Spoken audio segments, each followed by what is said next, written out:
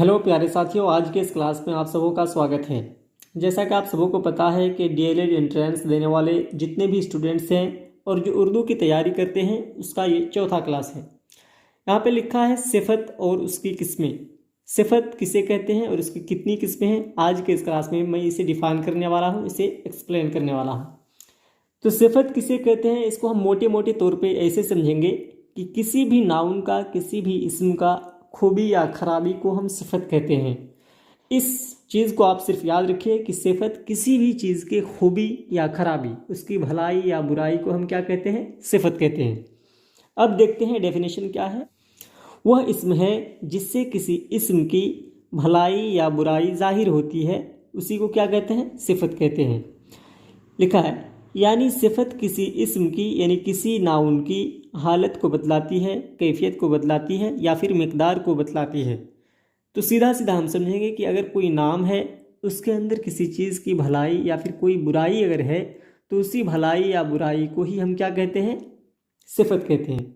मिसाल के तौर पे 4 किलो चीनी, 4 किलो चीनी, तो यहाँ पे जो है 4 किलो चीनी कितनी है, तो 4 किलो, ये 4 किलो क्या होगी, उसकी सिफत होगी।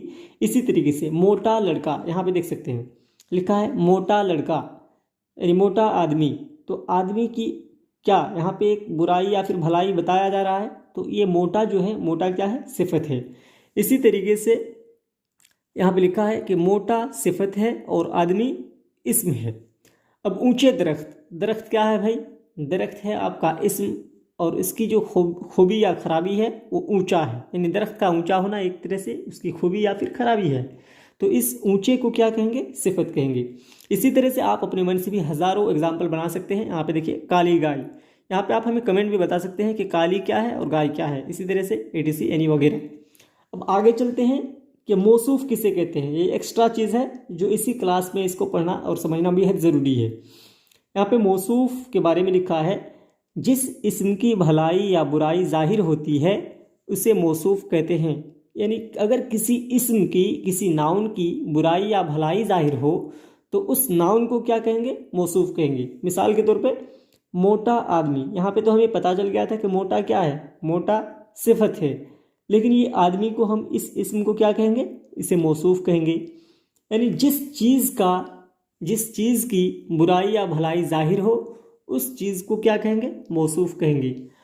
मिसाल के तौर पे काली गाय, तो यहाँ पे काली गाय, यहाँ पे गाय इसम है और इसकी बुराई या भलाई ये काली है, तो इस काली को तो हम सिफत कहेंगे, लेकिन इस गाय को क्या कहेंगे, मौसूफ कहेंगे।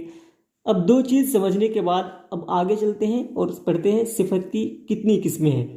तो देखिए यहाँ पे कितनी किस्में हैं। नंबर 1 सिफत ज़ाती, नंबर 2 सिफत निस्बती, नंबर 3 सिफत अददी, नंबर 4 सिफत मिक़दारी, नंबर 5 सिफत ज़मीरी। अब इसको एक एक करके इसकी डेफिनेशन को पढ़ेंगे और बहुत ही आसानी के साथ समझने का प्रयास करेंगे। अब देखते हैं और पढ़ते हैं। यहाँ पे लिखा है सिफत ज़ाती, वह सिफत है जो किसी चीज़ या शख्स की ज़ाती हालत को जाहिर करे, उसको सिफत ज़ाती कहते हैं। फॉर एग्ज़ाम्पल बहादुर लड़का, अब लड़का जो है ये तो इस्म है और बहादुर जो है, बहादुर इस लड़के की बहादुरी को बताती है कि हाँ इस लड़के के अंदर जो है बहादुरी है। अब इसी को कहते हैं कि इसकी ज़ाती यानी इसकी पर्सनल जो खूबी है, इसकी पर्सनल जो विशेषता है वो है बहादुर, तो इसी बहादुर को क्या कहेंगे हम, सिफत ज़ाती कहेंगे। इसी तरह से होशियार उस्ताद, अब उस्ताद के अंदर की जो होशियारी है वो बताया जा रहा है, तो इस होशियार को कहेंगे सिफत ज़ाती। इसी तरह से अच्छी किताब, किताब के अंदर जो खसूसियत है वो है क्या, अच्छा होना, कि हाँ ये किताब बहुत ज़्यादा अच्छी है, तो ये अच्छी क्या हो गया, सिफत ज़ाती। अब दूसरे नंबर पर देखते हैं सिफत निस्बती।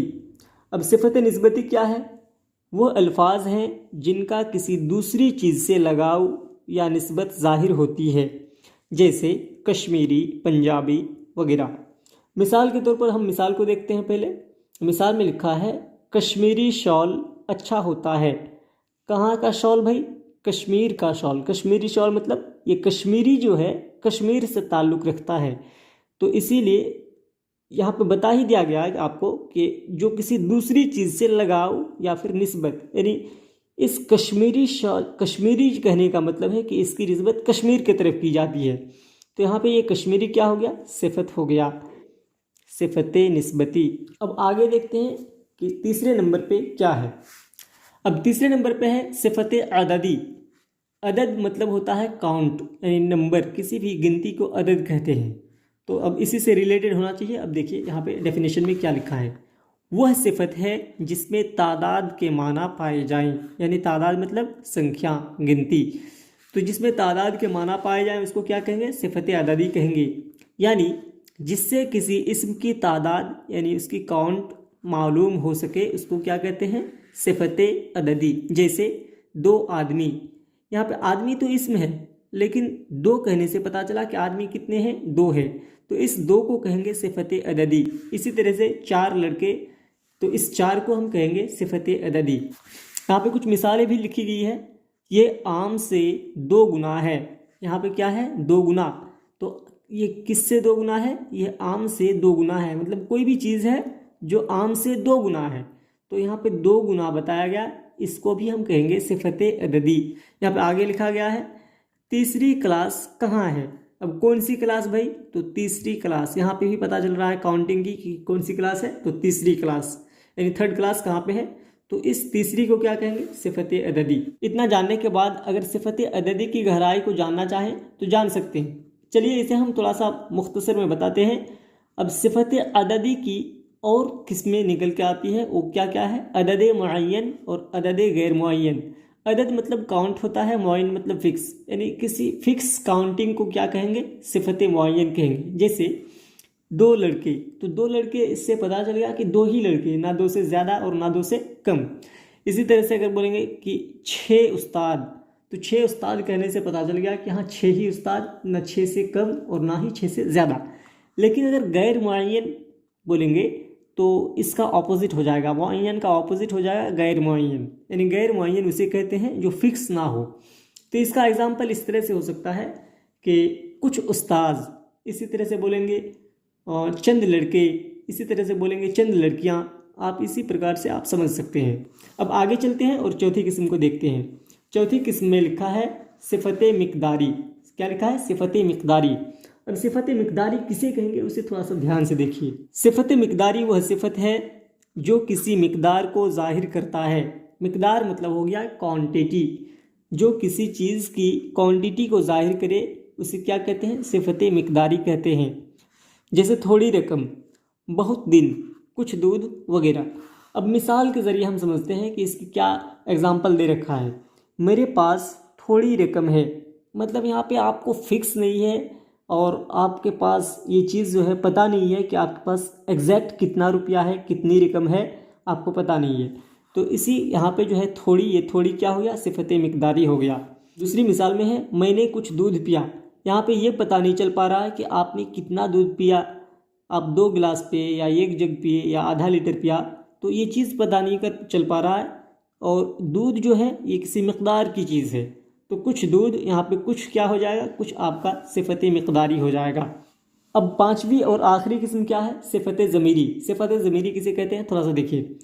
सिफत ज़मीरी वो अल्फाज हैं जो सिफत का काम देते हैं, जो सिफत का काम देते हैं उसको क्या कहते हैं, सिफत ज़मीरी कहते हैं। जैसे ये शख्स मेरा दोस्त है, कौन शख्स, तो यह शख्स, यहाँ पे यह जो है यह हो जाएगा सिफत ज़मीरी।